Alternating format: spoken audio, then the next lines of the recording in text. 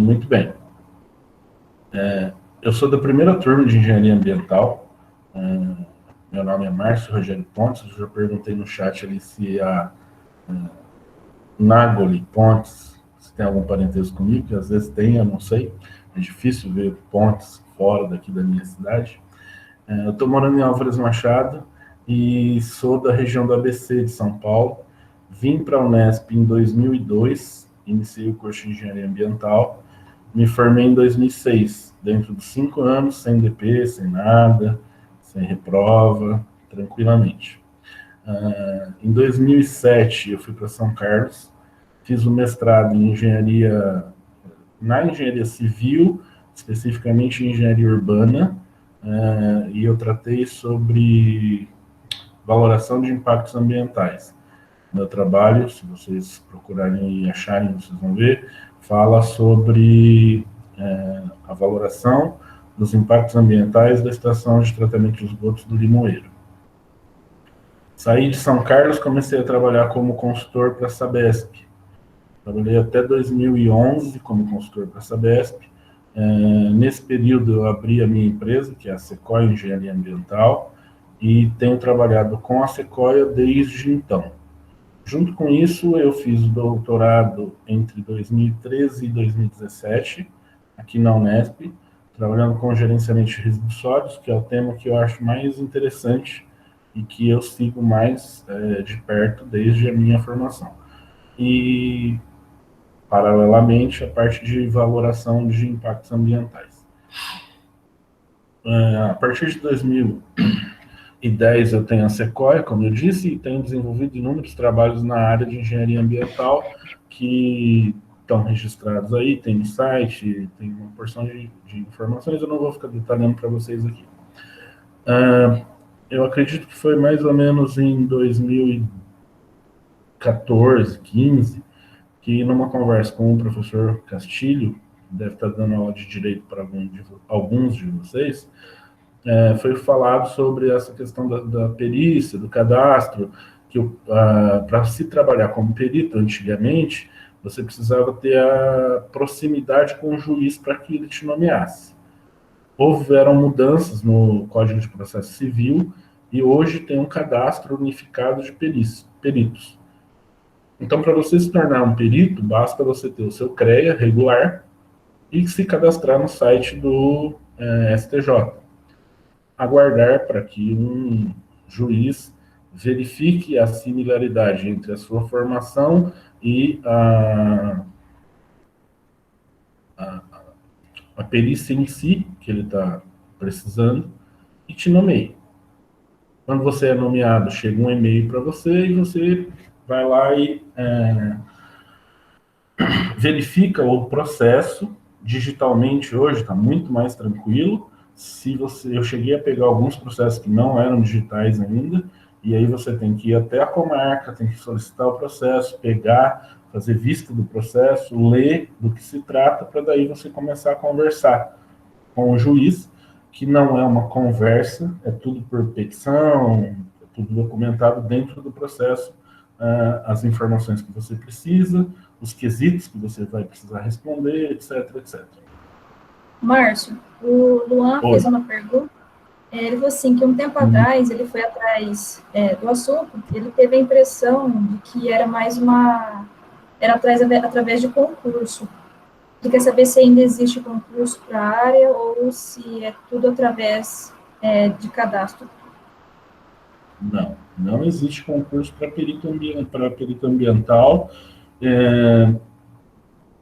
Para trabalhar como perito ambiental no Tribunal de Justiça do seu estado. Você pode se cadastrar em vários estados, inclusive, todos eles são obrigados a terem o cadastro de peritos.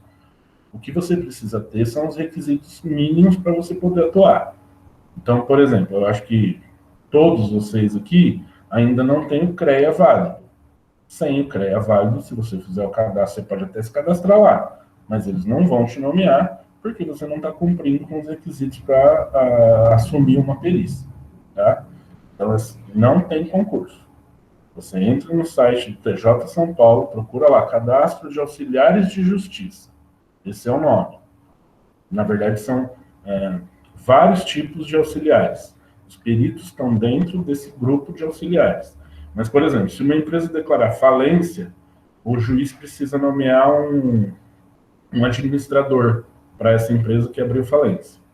Lá você tem um grupo de pessoas, eu não vou lembrar o nome agora, que são as pessoas possíveis de serem nomeadas como administradoras de empresas que faliram. Então, no cadastro de perito, você vai lá, se cadastra, coloca a sua formação, e aí as perícias virão para você conforme a demanda dos juízes do Estado de São Paulo. Nunca prestei concurso para ser perito, nunca prestei nenhum concurso para ser perito, bom? Então, se alguém disse que deveria ter concurso, tentaram enganar vocês, não tem.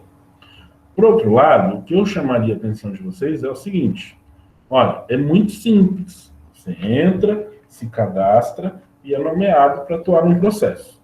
Normalmente, o que vai acontecer? Você vai ter que tomar conhecimento do que se trata esse processo. A partir de tomar conhecimento do que se trata o processo, você vai ter os quesitos que foram apresentados pelas partes para responder. O problema vem aí. Então, dependendo da sua especialidade, dependendo do seu conhecimento, você consegue ou não responder a esses quesitos. Isso é uma coisa que vocês precisam se preocupar bastante. Por quê? Se você ultrapassar o limite que você tem e assumir uma coisa que você não tem condições, não tem competência para responder, você pode criar um problema muito grande para você. Então eu falo assim, ó, é uma ótima área, é uma ótima oportunidade, porém tem que ser feito com muita responsabilidade. Da mesma forma que qualquer anotação de responsabilidade técnica que você venha a assinar, você tem que ter muita responsabilidade com aquilo que você está fazendo. Você estudou durante 5 anos para você obter o seu CREA. Você não pode colocar ele em risco e nem a sua credibilidade por conta de uma atividade que você não tem competência para atuar. E competência, gente, que eu estou dizendo, não é nem se você pode ou não pode fazer. É se você tem condições de atender aquilo ou não. Tá? Esse limite tem que estar muito claro para vocês. Até onde vocês vão, até onde vocês buscam ajuda para executar. Então, eu tenho uma rede de contatos bastante grande.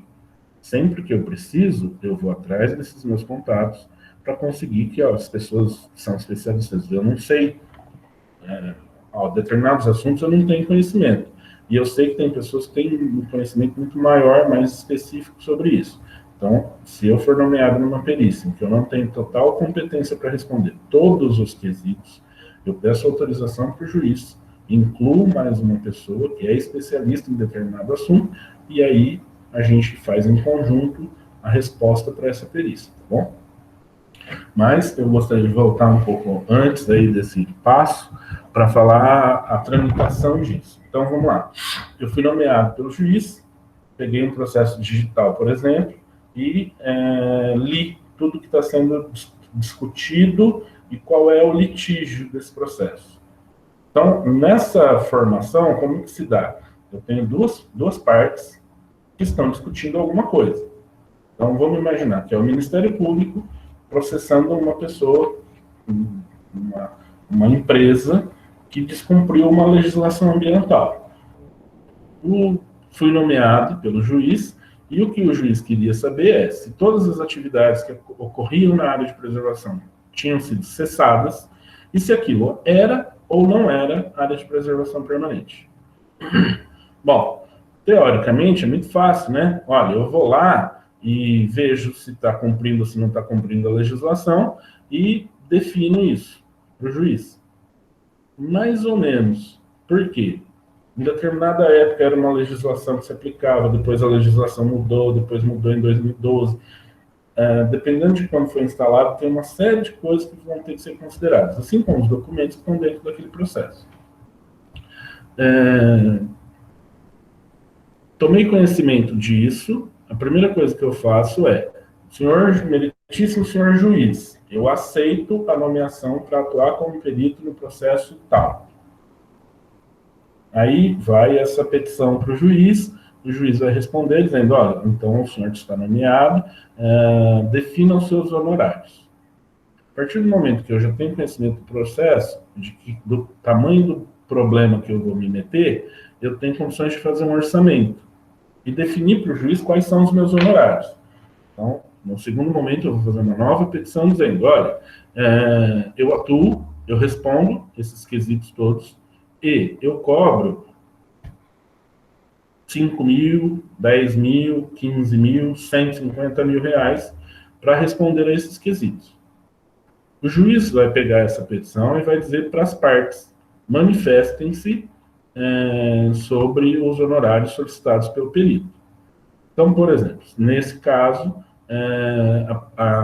a instituição que estava sendo processada pelo Ministério Público disse, olha, eu não quero pagar perícia.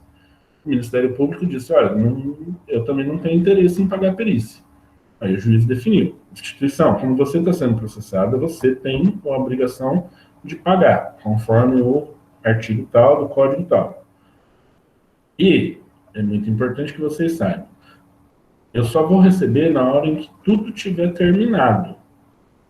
Portanto, o orçamento tem que ser muito redondinho para que eu não tome prejuízo. E, sabendo desde já que eu vou receber só ao final do processo, quando o juiz der a palavra final dele, der o veredito. Sentenciar o culpado ou absolver, etc. E aí, após isso, vai para a segunda instância, em que vai ser rediscutido tudo isso, se houve ou não discussão sobre o resultado final do processo. Que aí você vai para a segunda instância, para o STF, você vai subindo aí conforme o direito brasileiro. Mas nós, eu vi a pergunta dela, nós ficamos apenas na primeira instância, quando você for nomeado em primeira instância, a gente não passa para as instâncias superiores. Bom, eu não vi o nome dela. Foi muito rápido. Subiu. Ela perguntou se o orçamento é negociável com as partes do processo. A Angelique também fez uma pergunta aqui. Eu resolvi te interromper, porque essa pergunta tem a ver com o que você já estava respondendo. A da Angelique eu ia fazer depois. Mas pode responder aí conforme você achar melhor. Tá. Com relação ao orçamento, vai haver discussão, só que essa discussão, negociação, é feita dentro do processo. Normalmente, o advogado das partes vai tentar derrubar o valor, vai tentar dizer que não se aplica, o juiz vai pedir para você justificar o que você está colocando no seu orçamento. Desculpa. E isso vai acontecendo, por isso que os processos são tão demorados. Porque eu nunca vou me referir às partes dentro do processo. Eu sempre me dirijo ao juiz. O juiz manda para a parte responde para o juiz me manda a resposta, eu respondo para o juiz. Então é uma coisa muito demorada, muito enrolada, que vai tramitando, vai acontecendo, e você tem que ficar acompanhando para saber como que vai ser o resultado disso. Definido o valor, a parte tem que depositar isso numa conta judicial. A partir do momento que o valor foi depositado na conta judicial, ele tem que mostrar, inclusive, os comprovantes, enviar isso no processo, o comprovante do depósito. Aí eu, como perito, vou fazer a perícia. Ir fazer a perícia não é algo tão simples assim, porque é a mesma história. Eu mando uma petição dizendo, meritíssimo senhor juiz, referente ao processo número tal, cujas partes são tais, que estão brigando por conta disso, disso, disso, eu gostaria de marcar a perícia para o dia tal horas, em tal lugar. O juiz manda para as partes. Ambas as partes respondem ao juiz. E aí, confirmado que todo mundo está ciente do que está acontecendo, eu vou a campo para a etapa principal, que seria a execução em si da perícia.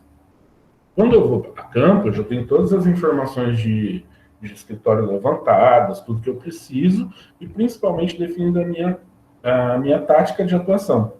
Porque para cada perícia que eu vou, para cada tipo de quesito que eu tenho que responder, eu vou ter que ter uma tática para obter as provas que eu preciso para conseguir convencer o juiz daquilo que eu estou dizendo. Convencer o juiz não é uma palavra correta. Para conseguir provar aquilo que eu estou apresentando no meu relatório de perícia, no meu laudo pericial. Vamos lá. Para exemplos muito claros. Esse caso de Mogi das Cruzes que eu estou falando, eu queria separar um tempo para falar sobre os casos especificamente, mas eu acho que não vai ser, não vai haver tempo suficiente para isso. Então eu vou falando já e vou lembrando e vou apresentando para vocês.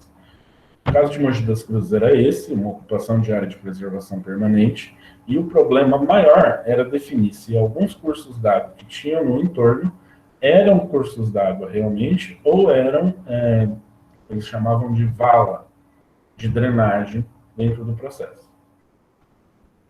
Você tem algumas informações históricas do lugar que vão dar indícios para você se aquilo é um curso d'água ou não é um curso d'água, mas como aquilo ali era uma área muito mexida, muito alterada, havia muita dificuldade de pegar essas informações. Quando foi feita a carta do IBGE de 74, já havia construções no local, já havia sido remexido aquele local ali. Então, eu fui atrás de pegar lembrei das aulas do João Oswaldo, não sei se é o João Oswaldo ou se é o Paulo César, que está dando já uma morfologia para vocês. Peguei as aulas do João Oswaldo, que deu aula para mim, e todo curso d'água está dentro de um canal, então, dependendo do que você vê ali na geomorfologia da área, você vai conseguir dizer se aquilo é um canal de transporte de água ou se aquilo foi construído pelo homem, porque o homem não vai alterar a geomorfologia do terreno. Embora ele possa alterar o local, a geomorfologia do entorno, ele não consegue alterar com muita facilidade. Com base nisso, eu provei que aquilo realmente era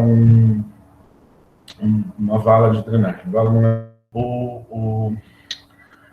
A instituição que estava sendo processada já tinha apresentado um laudo feito por eles, dizendo, com um levantamento topográfico da área e dizendo onde que eles estavam, qual eram os limites, etc. Eu peguei aquilo que eles apresentaram, apliquei a legislação e a legislação de 2012, o Código Florestal de 2012, e com base naquilo eu defini aquilo que era a área de preservação permanente. Excluí aquela vala de drenagem, porque nesses processos a gente vê algumas coisas muito interessantes. Tinha um laudo,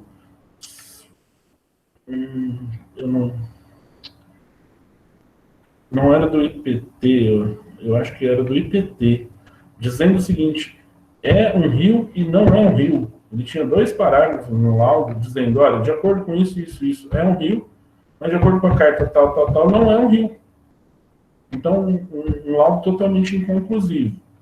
E aí eu fui lá e falei, olha, embora as cartas sejam contradizentes entre elas, a geomorfologia nos dá a indicação de que não seja, portanto, não se aplica a área de preservação permanente nessa vala de drenagem. E as áreas de preservação permanente, que estavam sendo ocupadas, inclusive, foi apresentado um levantamento topográfico pela parte que estava sendo processada. Então, eles não iriam discutir aquilo, eu peguei aquilo e usei para fazer as medições que eu precisava, dizendo, olha, de acordo com a legislação, tem que respeitar 50, 100 metros de área de preservação permanente, e eles estão dentro nesse ponto. Aí, foi perguntado sobre os honorários. Quando eu mandei esse laudo, essa é uma parte interessante de chamar a atenção de vocês. De um lado, eu tenho um promotor que está oferecendo uma ação contra uma outra parte, e do outro lado eu tenho uma parte, que tem um advogado que está defendendo ela. Então, o meu laudo, qualquer coisa que ele dissesse, ele seria contestado. Por quê? Se eu dissesse que, olha, não está sendo invadida a área de preservação permanente por causa disso, eu estou contradizendo aquilo que é a inicial do processo, que foi o que o promotor montou. Se eu dissesse, olha, o promotor está correto, tudo aquilo que ele está dizendo está realmente acontecendo, a área de preservação permanente está sendo ocupada. O papel do advogado, mesmo que eu esteja correto e ele esteja errado, é defender o cliente dele. Então, ele vai tentar achar brechas para derrubar o meu laudo, para desmoralizar aquilo que foi apresentado por mim. Por isso que eu falei para vocês que vocês têm que apresentar um laudo muito bem embasado em evidências, sempre. Bom, eu colocaria para vocês uma pergunta, se vocês têm claramente a diferença entre evidência e, não é suposição, não vou lembrar da palavra agora, mas aqui que você não tem total certeza. Isso é muito necessário, porque em determinadas situações nos processos, você chega num ponto em que você não consegue provar. E se você não consegue provar aquilo, você não pode apresentar. Você só vai apresentar, só vai discutir aquilo que você tem evidência, aquilo que você tem prova. Tá? Por isso que muitas vezes todo mundo acompanha processos que estão sendo discutidos na televisão, tal. Não, mas todo mundo sabe que aquilo aconteceu. Mas todo mundo saber que aquilo aconteceu não prova que aquilo aconteceu. Eu, como perito, se eu não tiver como provar isso, eu não vou conseguir ser conclusivo no meu laudo. E para uma perícia, a pior coisa é você não ser conclusivo. Você tem que ser conclusivo, porque é com base no que você apresenta, das suas conclusões, que o juiz vai determinar se uma parte é culpada ou se não é culpada daquilo que está sendo processado. Tá? Um outro caso que eu gosto de apresentar para vocês verem como, além de tudo, você tem que ser criativo, é que esse processo de Leme, está apresentado como Leme, mas na verdade era uma cidadezinha bem menor, próxima a Leme.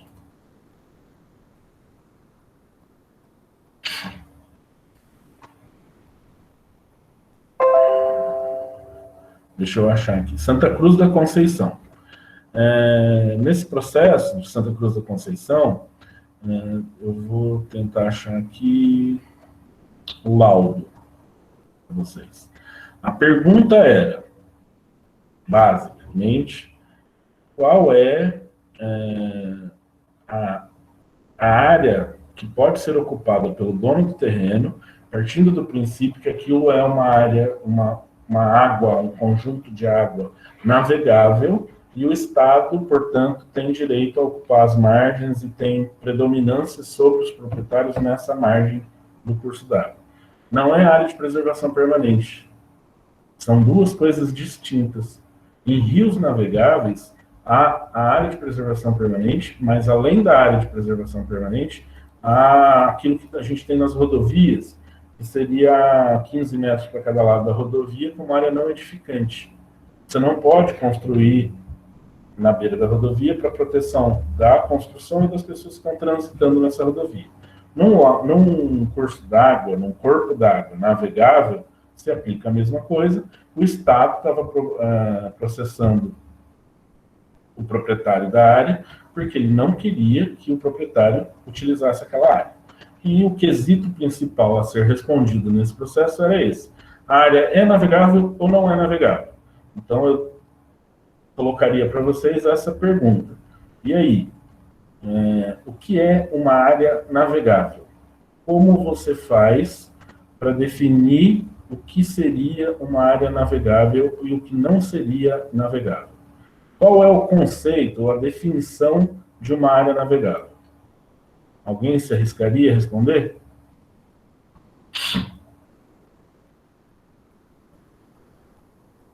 Estou dando um tempo para vocês se manifestarem. Ana, você que falou comigo, eu vou perguntar para você. Sabe o conceito de uma área navegável?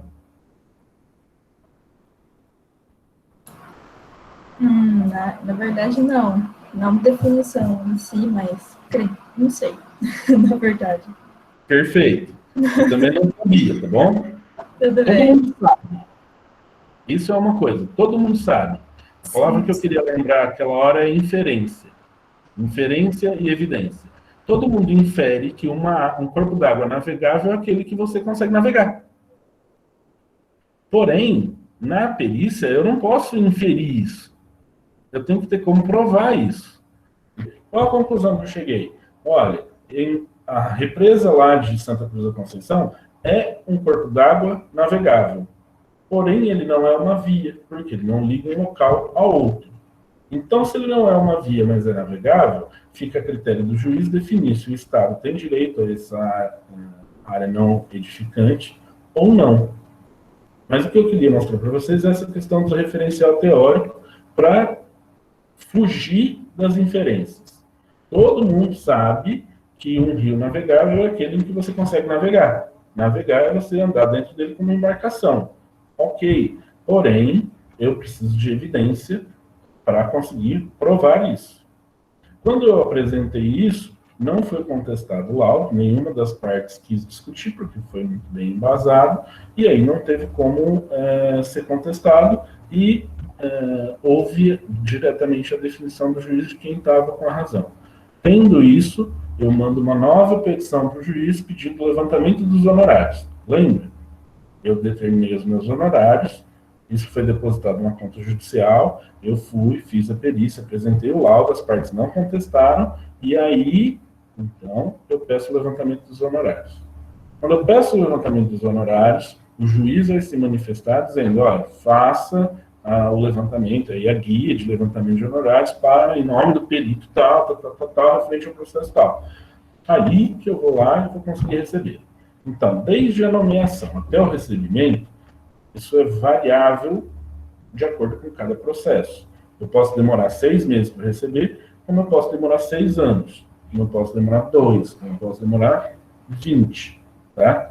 É uma coisa muito interessante de se fazer, de se participar, porém, você tem que ter uma certa paciência com relação à tramitação e ao recebimento, porque não é uma coisa que você tenha muito facilmente.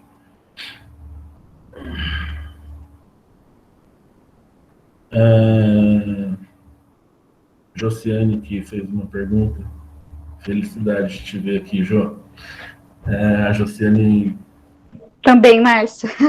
Era de umas turmas anteriores lá, a gente chegou a conviver um tempo na faculdade também. Como eu disse anteriormente, não tem concurso para perito, você se cadastra e vai participar. Sinceramente, Jô, eu não recomendo que se faça curso de perícia. A menos que você tenha faltas na sua formação. Por quê? O curso de perícia ele vai te apresentar basicamente isso que eu estou falando aqui. Tá?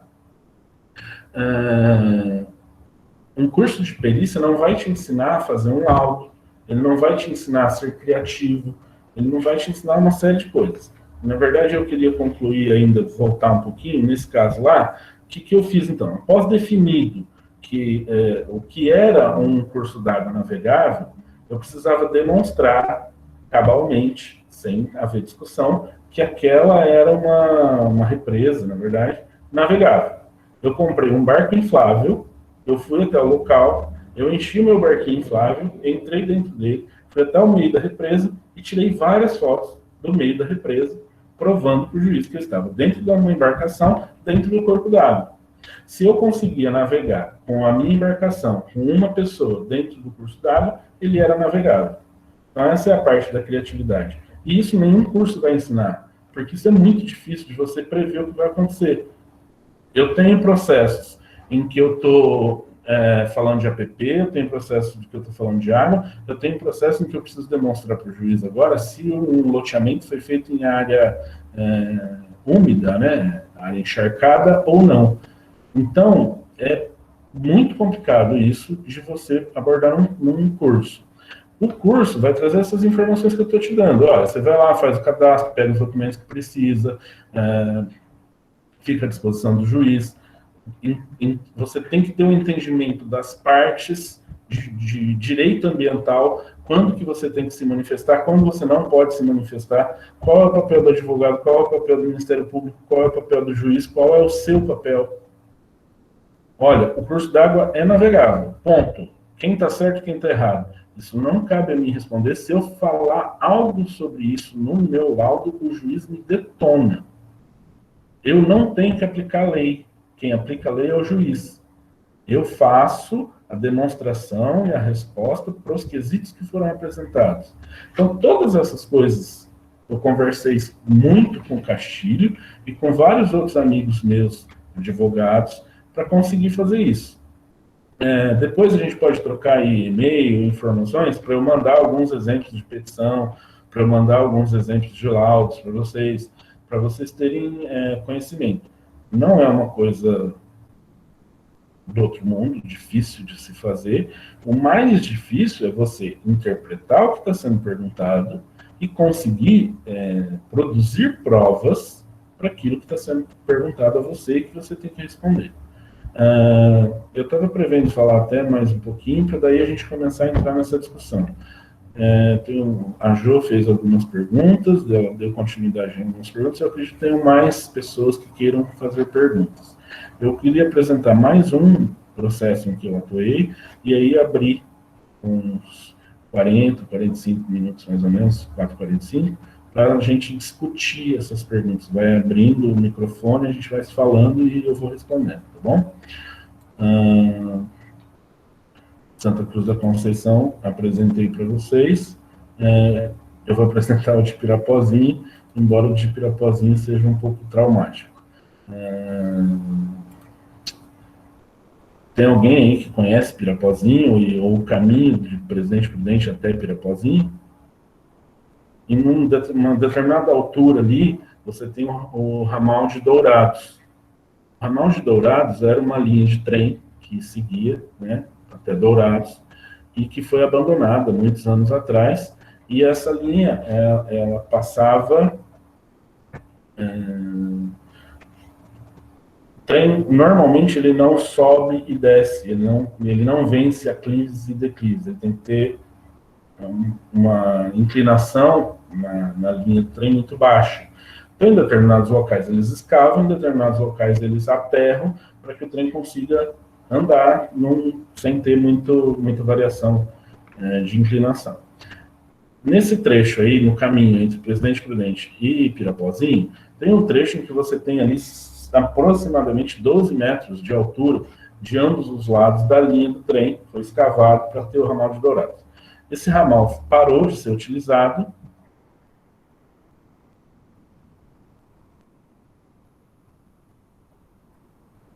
Voltamos? Tá ruim a conexão aqui.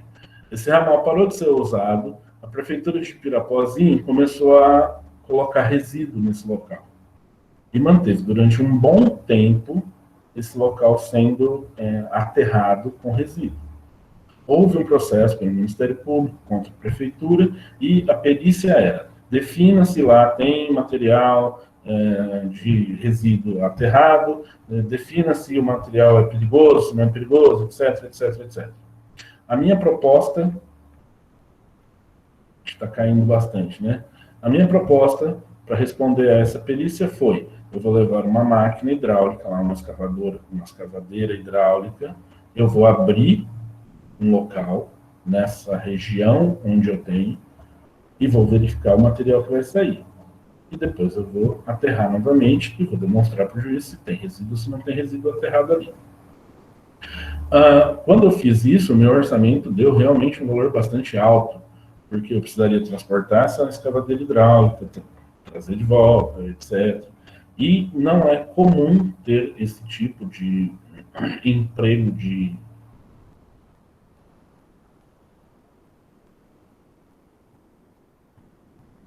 equipamento para fazer uma perícia. Então, eu dei um valor, se eu não me engano, foi próximo de R$30 mil para fazer essa perícia. A Prefeitura contestou e o juiz acatou a contestação da Prefeitura e me desnomeou, me tirou como perito desse processo. E aceitou o que a Prefeitura solicitou, que foi ela contratar uma empresa para fazer a perícia no local. Então, isso não há discussão, eu não tenho como discutir. O juiz definiu que eu não era mais o perito, acabou a conversa ali, a Prefeitura segue, o processo segue, conforme o juiz determinar. Tá? Basicamente, o que eu tinha para falar para vocês sobre as perícias era isso.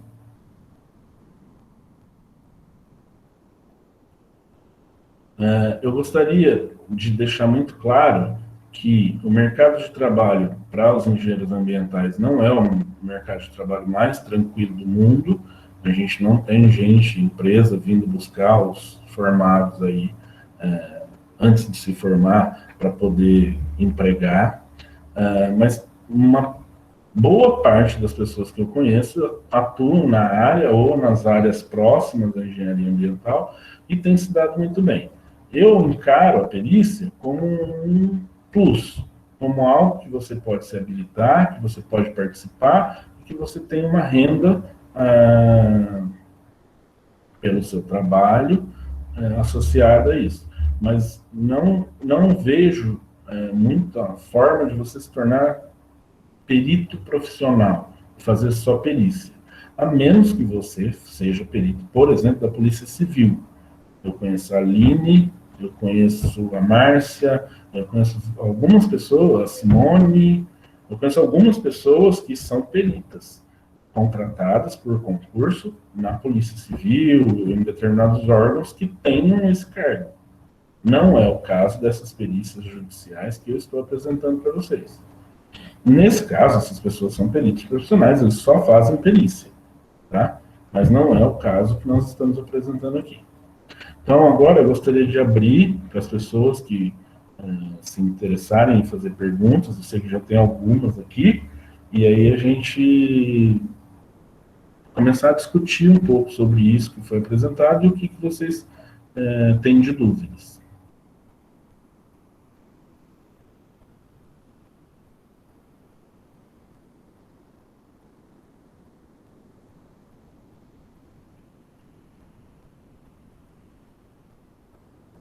Josiane, você foi a primeira a fazer pergunta. Tem alguma coisa que você queira perguntar?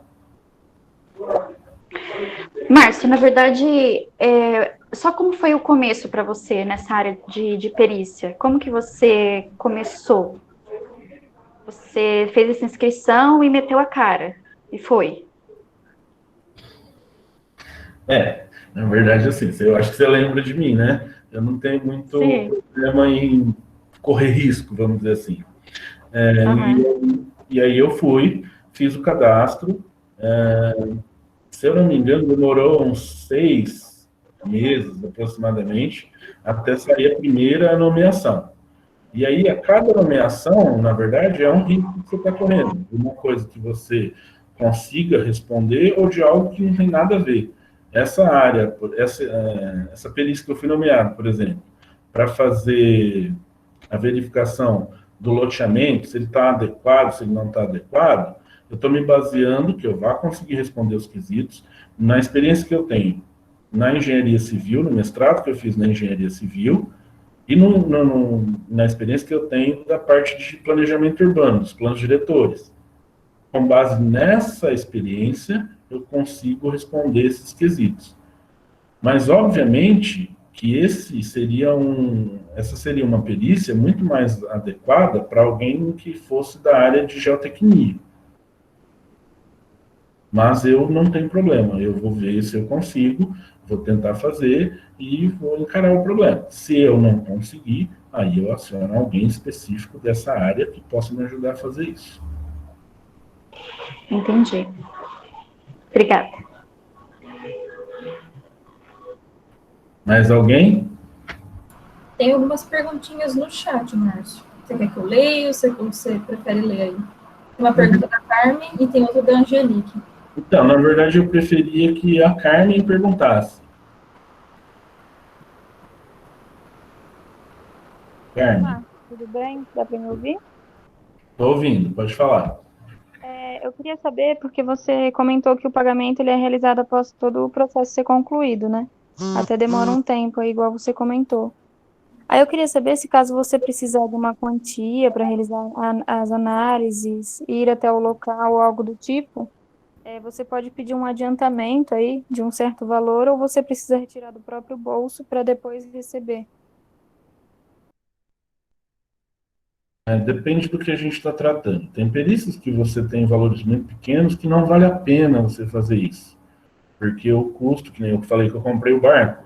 Vamos lá, eu comprei o barco, no meu bolso, fui lá, e fui, um barco custando, não lembro quanto eu paguei, mas eu acho que 350, 400 reais. Não valia a pena eu ir até o juiz.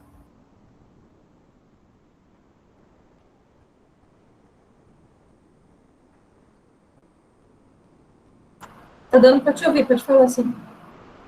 É que para mim parece que perdeu a conexão.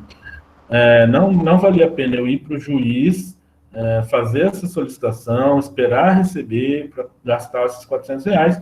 Eu tomei a decisão de ir lá e fazer o investimento e esperar para receber depois. Eu participei de uma proposta, a gente acabou não fazendo a perícia, mas eu participei da proposta, que um perito foi nomeado para fazer a perícia aqui numa usina hidrelétrica. E aí uma das coisas que a gente precisava para fazer a perícia era um helicóptero, alugar um helicóptero para percorrer o lago da usina. Então, num caso desses, obviamente, você vai pedir 25%, 30%, de acordo com o orçamento que você fez, de adiantamento para você ir. Então, vamos lá. Eu estava falando sobre uma perícia que eu participei. Eu ficaria responsável pelo levantamento de impactos ambientais, que era para ser feita numa usina, no lago de uma usina hidrelétrica, aqui na divisa entre Paraná e São Paulo. E uma das coisas que a gente ia precisar ia ser um helicóptero para fazer um sobrevoo no lago, para verificar as bordas do lago, etc. Então, obviamente, num caso desse, a gente não iria arcar com os custos disso. A gente pediria ao juiz o adiantamento de uma parte desse valor para arcar com esses custos. Então, isso é possível, desde que o juiz autorize. Tá? Respondida a sua pergunta, Carmen? Sim, entendi. Obrigada. Nada. Aí. Márcio, eu tenho uma pergunta também que eu mandei aqui no chat. Posso ler? Por favor, é que apagou para mim agora que eu saí e voltei aqui. Tudo bem. É a Angelique. Então, eu perguntei se ser perito, né, nessa área exige algum conhecimento específico, além da graduação, claro, para poder atuar. E se existe, quais seriam? Porque você falou que não orienta a fazer cursos e tal, mas existe alguma área que, enfim, a pessoa deva focar mais, dentro da graduação mesmo, para conseguir atuar melhor nessa área? Olha, essa resposta é muito interessante, porque é o seguinte: sabe a disciplina que você acha mais boba? Essa disciplina vai contribuir de alguma forma com o todo e com as respostas que você vai precisar dar. Ainda que seja de forma a contribuir com a sua criatividade. Porque é isso, não adianta você estudar. Eu estava falando, eu falei sobre hidrologia, sobre geomorfologia, e todas as disciplinas vão ser utilizadas de alguma forma para compor a resposta que eu vou dar, para compor a forma com que eu vou dar essa resposta. Então, não existe uma forma de você estudar algo. Você vai se especializar, como eu falei, eu gosto muito da área de resíduos. Você vai se especializar naquilo que você tem maior afinidade. Porém, todas as disciplinas que você está fazendo durante esses 5 anos vão contribuir de alguma forma para você atuar na área que você é especialista.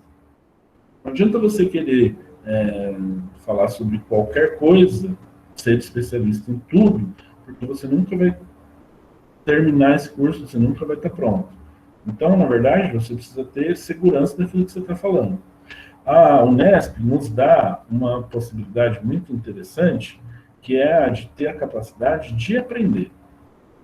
Então, tem uns professores super legais aí, que pegam no pé e mandam você se virar com as coisas, etc. E isso vai chegar a um determinado momento em que vai ser muito útil. Por quê? Você tem um problema que você precisa resolver, você tem a capacidade de ir atrás e resolver aquele problema. Igual você fazia na aula de cálculo, quando o professor te passava uma lista de exercícios e você achava que aquilo é o fim do mundo. Então, mesmo a aula de cálculo, que você olhava lá e falava, nossa, mas isso aqui eu vou usar para quê? Isso aqui usou para fazer você romper os seus limites e saber que você pode ir atrás e solucionar problemas. Porque o papel do engenheiro, não do engenheiro ambiental, de qualquer engenheiro, é resolver problemas. Olha, eu tenho uma capacidade instalada na minha indústria de tanto.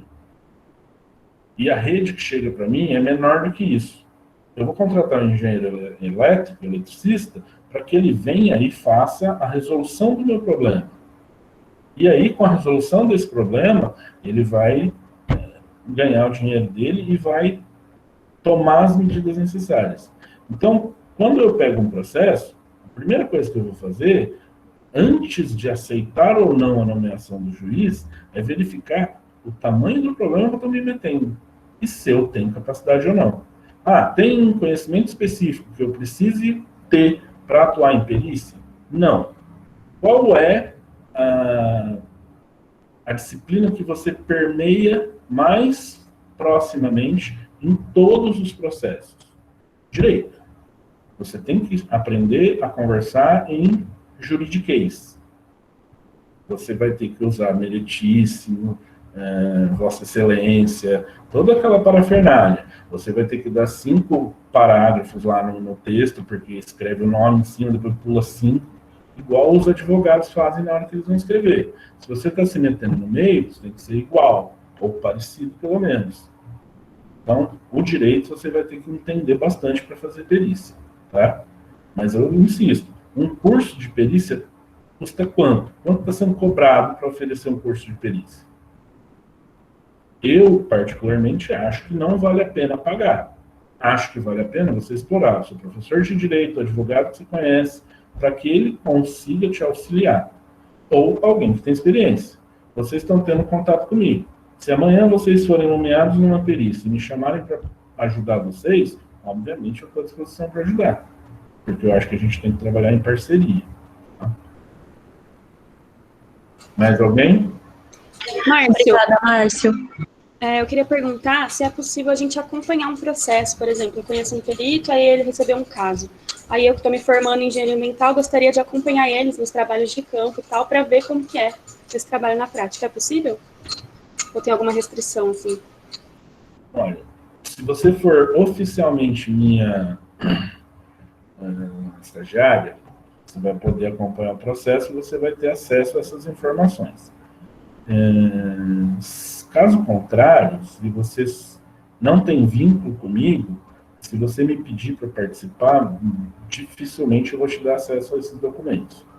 Porque se qualquer informação das partes, do que está sendo discutido dentro do processo, saia, sou eu que vou responder por isso.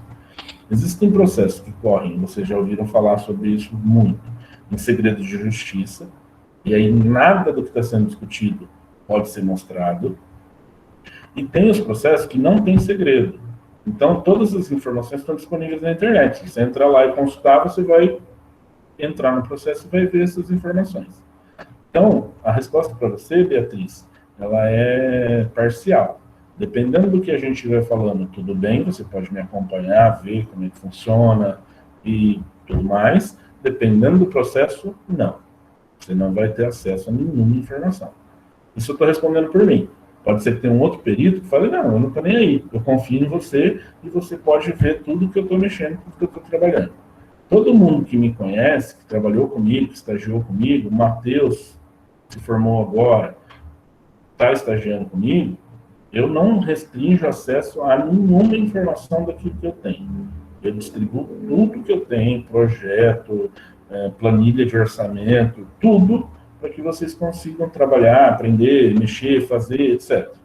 Alguns processos que são um pouco mais delicados, eu guardo numa gavetinha diferente e não deixo vocês verem, porque poderia ser comprometedor.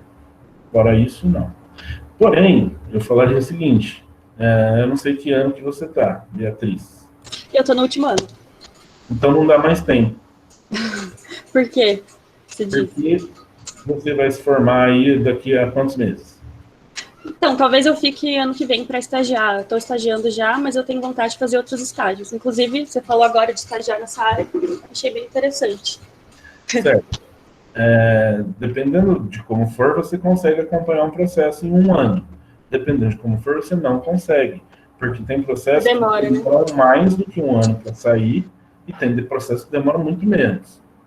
Então, se isso você já está me namorando, Beatriz, para pedir, hoje eu tenho 2 processos no estado de São Paulo que eu estou esperando sair a definição do juiz para poder fazer a perícia. Mas isso é uma coisa que eu também não consigo te dizer. Principalmente agora, com esse negócio de pandemia, que o judiciário parou, as coisas não estão andando. Agora nós temos eleição, e daqui a pouco chega o final do ano. Então, eu imagino que os meus processos, só a partir do ano que vem, que eles vão voltar a andar. Sim. E eu te digo mais ainda. Um é perto de Jundiaí e o outro é em Bertioga. Então, você Longe. dá para a gente ir fazer perícia lá em Bertioga, né? Sim. Mas obrigada. Na praia. Obrigada. Nada. Mais alguém tem alguma pergunta?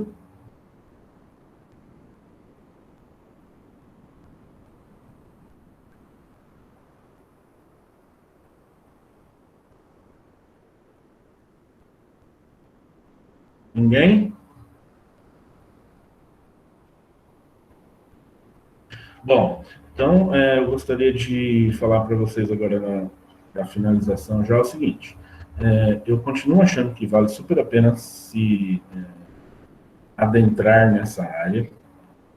Digo para vocês que com a formação em engenharia ambiental apenas, falta um pouco de experiência, falta um pouco de conhecimento para que você consiga atuar tranquilamente nas perícias.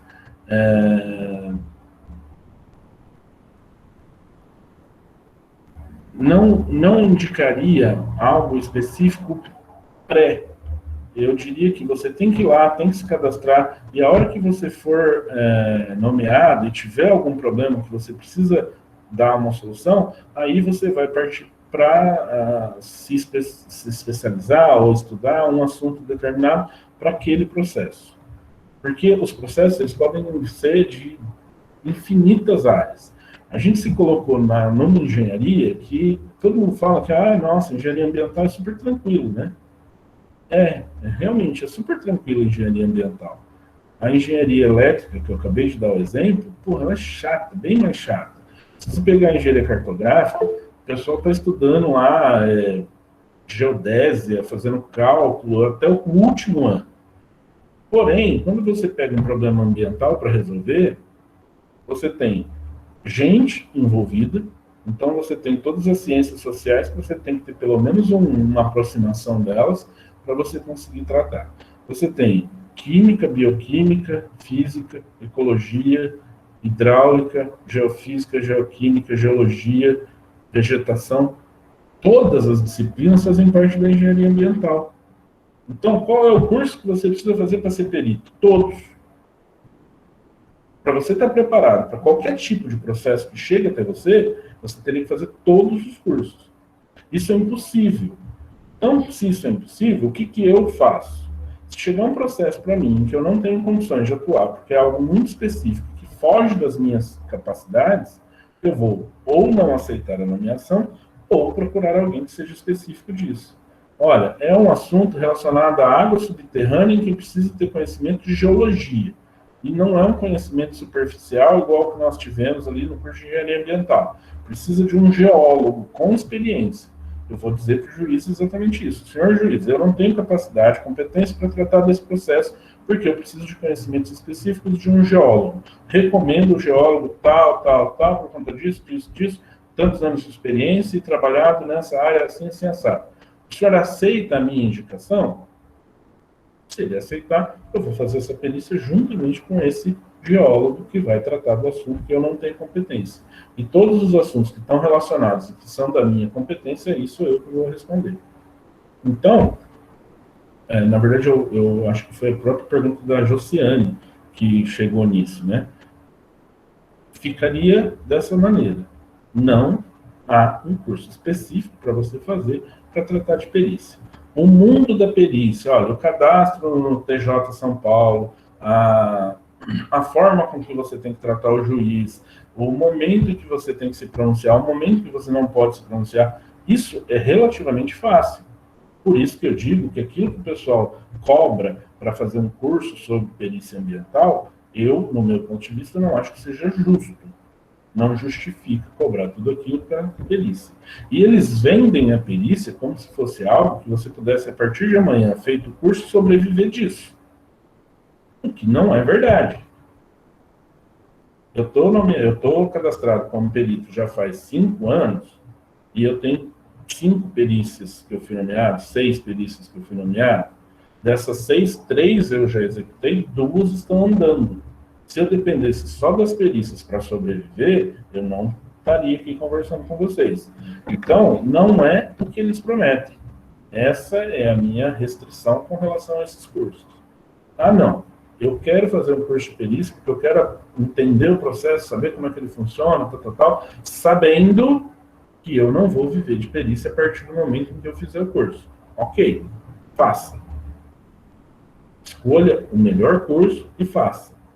Curso nunca é demais. Aprender nunca vai ser demais. Eu nunca vou dizer para vocês que vocês não devam fazer um curso. Agora, não se iludam. Esse é o ponto. Se você achar que você vai pagar, sei lá, R$1.500, R$2.500 num curso para ser perito, e que a partir de amanhã você vai ter um emprego garantido que você vai atuar em perícia, não é assim que funciona. Não vai ter. Então, a única restrição que eu estou colocando é essa, tá? De você não se iludir. Quero fazer um curso de direito ambiental. Faça. Vale muito a pena. Se não for para você usar na perícia, vai ser para você usar em todas as áreas de atuação que você estiver. Eu comentei com vocês que eu trabalhei no Rio de Janeiro. No Rio de Janeiro eu entrei porque eu tinha feito mestrado. Quando eu fui entrevistado pelo diretor da empresa, uma empresa de operação de pequenas centrais hidrelétricas, a pergunta que ele me fez foi: eu recebo, sua área vai receber 5, 6 relatórios por semana de todas as empresas que atuam no monitoramento ambiental. Você acha que tem capacidade de fazer a leitura desses relatórios e uma análise crítica deles? Porque depois que você aprovar, isso vai para o órgão ambiental. A minha resposta para ele foi exatamente essa. Sim. A partir do momento que eu fiz o mestrado, eu tive essa experiência de passar por tudo isso, de fazer leitura, análise crítica, resumo, aceitar ou refutar determinadas afirmações feitas em livros por pessoas que são relativamente muito bem conhecedoras do determinado assunto que eles estão tratando. Então, eu tenho capacidade de pegar os relatórios e fazer essa análise e te dar uma resposta positiva para que possa ser enviado para o órgão ambiental. Ou volte para quem elaborou o relatório, para que ele corrija, para que ele reduza as inconsistências e para que ele reapresente isso de forma adequada à empresa em que nós estamos aí atuando. Isso foi aceito pelo meu diretor e ele me contratou. Eu trabalhei durante um ano fazendo essas análises de relatórios, fazendo contratação de empresas, e se eu tivesse um curso de direito ambiental, específico de direito ambiental, certamente isso me ajudaria a atuar na análise desses relatórios. Por quê? Eu entenderia a tramitação desses relatórios melhor, eu entenderia a linguagem que eu deveria me pronunciar melhor. De todas as formas, isso me ajudaria a atuar de forma melhor como analista ambiental que eu era contratado naquela empresa naquela época. Então, insisto, vale a pena fazer o curso, desde que você não se iluda que isso é um passaporte para você entrar no mercado de trabalho, pois não é. Bom, eu tenho lá 6, 8 nomeações com o currículo que eu descrevi para vocês. Tendo mestrado, doutorado, pós-doc que eu estou fazendo atualmente, e isso não garante que eu seja nomeado, tenha uma nomeação por semana. Se eu tivesse uma nomeação por semana, eu estaria super tranquilo com relação ao recebimento dos valores. Não tem. Então, para vocês que estão se formando agora, fazer um curso de perícia ambiental não vai resolver a vida de vocês. Mas isso não impede de fazer. Não é porque não vai ser um passaporte para o emprego que vocês não devem fazer o curso. Devem fazer na hora que vocês estiverem achando que vai ajudá-los na formação de vocês. Mais alguém quer fazer alguma pergunta? Tem alguma questão que queira apresentar? Alguma dúvida de outras coisas? Mestrado, doutorado, da experiência na Sabesp, ISO 14001? Porque, afinal de contas, o meu minicurso não é só perícia, é mercado de trabalho para o engenheiro ambiental.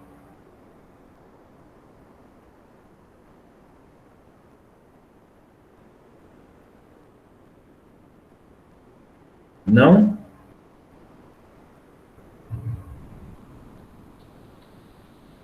Márcio, eu tenho uma, é bem rapidinha. Eu queria saber... Nós temos tempo, Angelique. Tudo bem.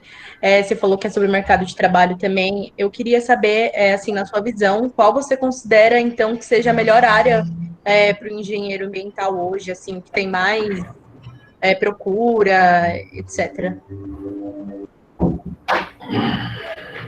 A melhor área que vai ter a maior procura vai ser aquela que você se especializar e for o melhor do Brasil na especialidade.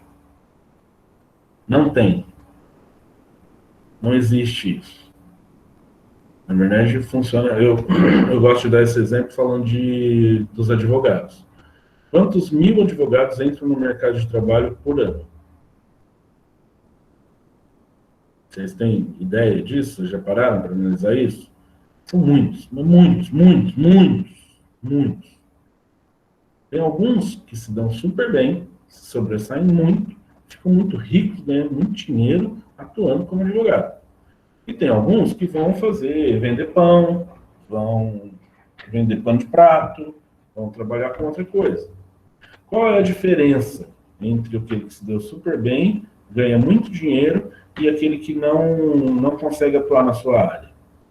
O caminho, as escolhas dele, mas principalmente a capacidade dele de atuação. Então, o que eu falaria para vocês nesse quesito, Angelique, seria: primeiro, vocês são uma turma de engenheiros que estão se formando no estado de São Paulo. Na nossa população de 220 milhões de habitantes, vocês representam quantos por cento? Ok?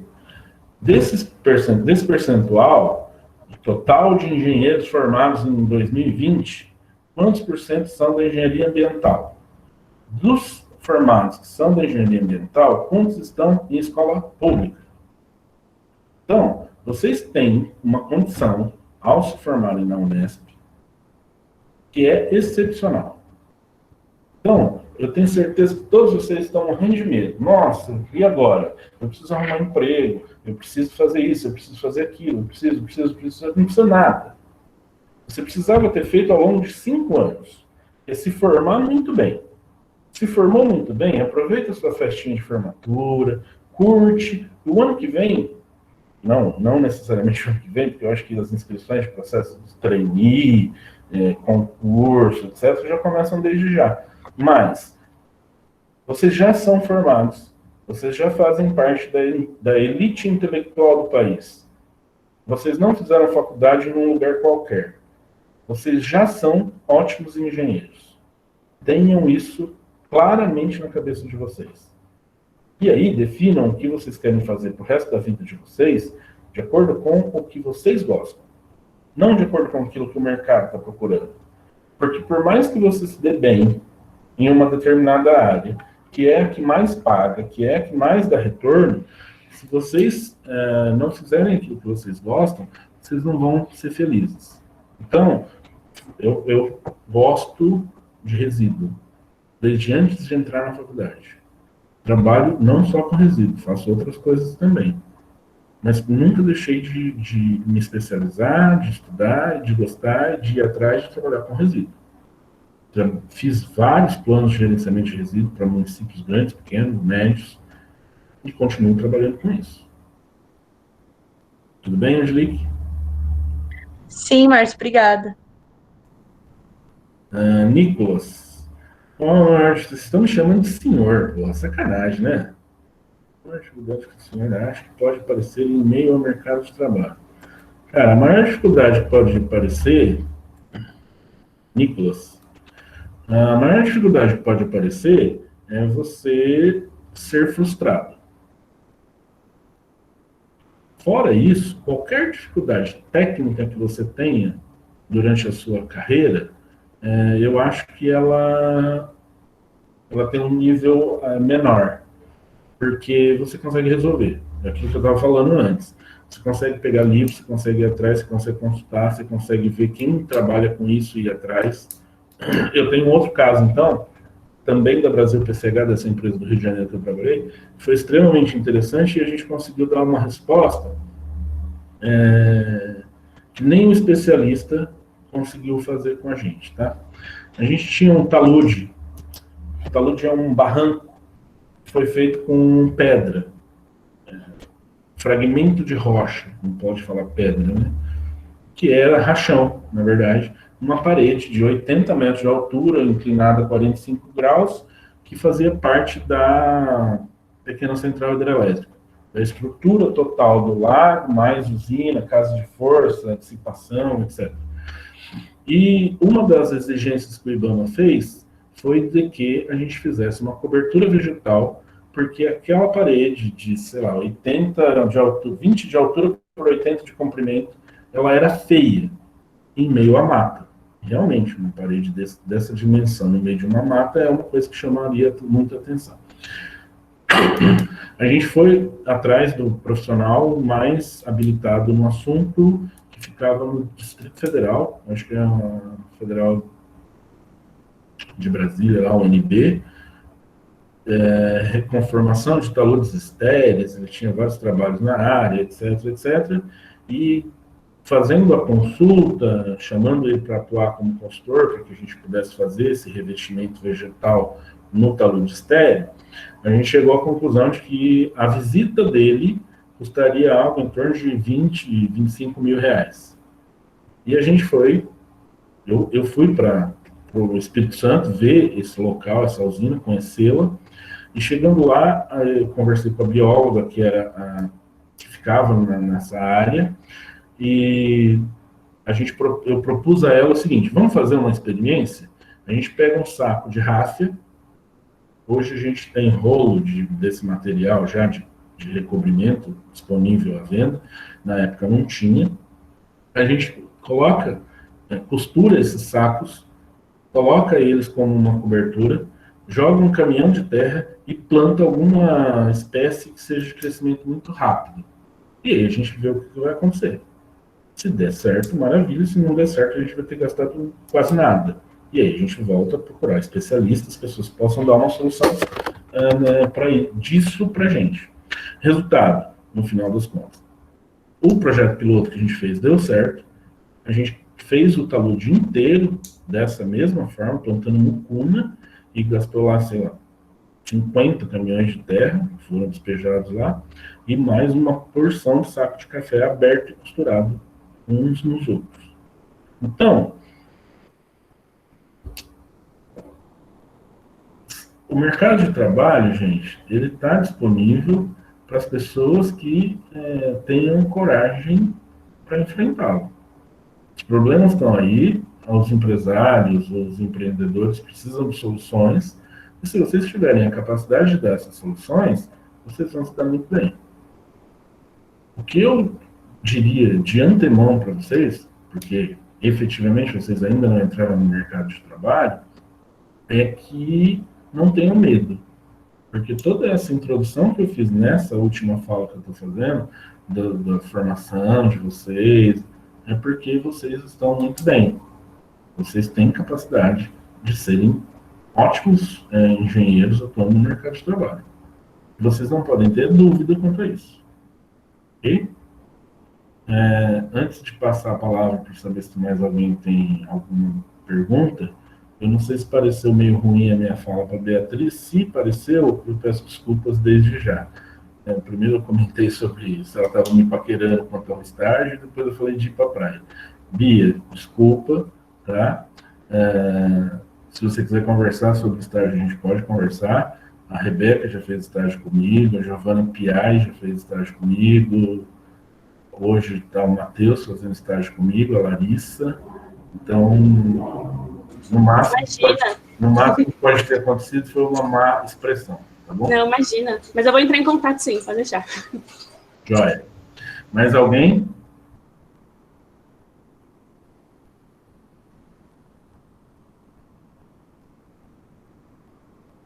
Bom, eu queria então aproveitar a oportunidade para dar mais um puxãozinho de orelha em vocês, que é a disponibilidade que está tendo aqui para vocês fazerem perguntas, etc, etc, arrojar na exploração a minha pessoa, e que vocês estão sendo muito tímidos. Não sejam, aproveitem. porque essas oportunidades existem para que vocês realmente aproveitem, falem e tirem o máximo possível que vocês conseguirem de cada uma delas.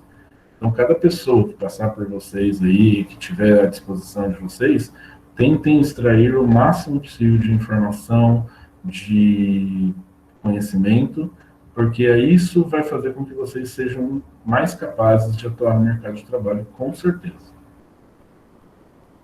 Se ninguém tiver mais... Ô, Márcio, Oi. eu queria fazer, na verdade, uma pergunta. Eu queria saber, assim, qual foi o caso que você pegou de perícia, assim, que você se sentiu mais desafiado, sei lá, acho que foi mais complicado, demandou maior tempo de você? Olha, até agora, o mais complexo foi esse da área de preservação permanente, que não deu tanto trabalho, foi algo relativamente tranquilo. Mas o processo era muito grande, se eu não me engano, ele tinha 680 páginas, e eu li as 680 páginas, porque foi a primeira perícia que eu peguei, e eu copiei, na verdade, esse processo. Eu queria ler o processo inteiro para entender o processo.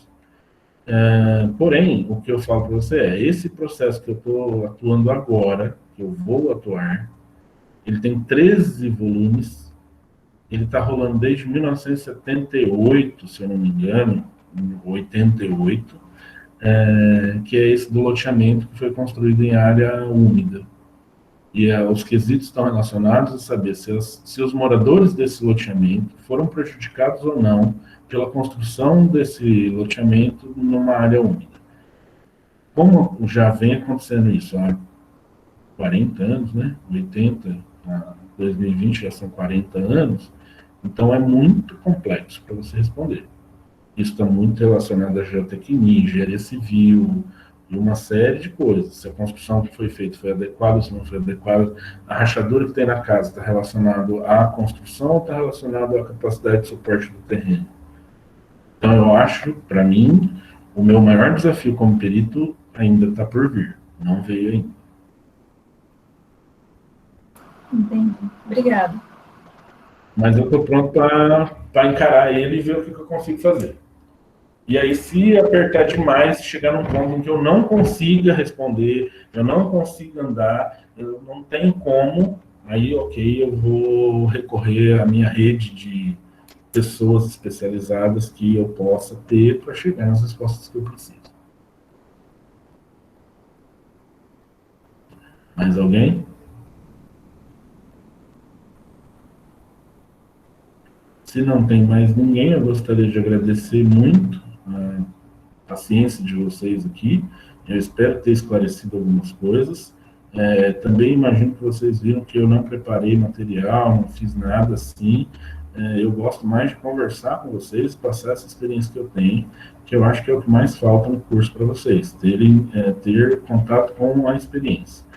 Por fim, o que eu gostaria de colocar para vocês embora vocês achem que falta isso, reclama daquilo no curso, nós fizemos o curso, a Jo estava aí para não deixar eu mentir sozinho. Eu comecei em 2002 e terminei em 2006. Não tinha laboratório, os professores foram os professores de química, o professor de cálculo, que não tinha dado, não tinha se aproximado de ninguém que tivesse engenharia ambiental.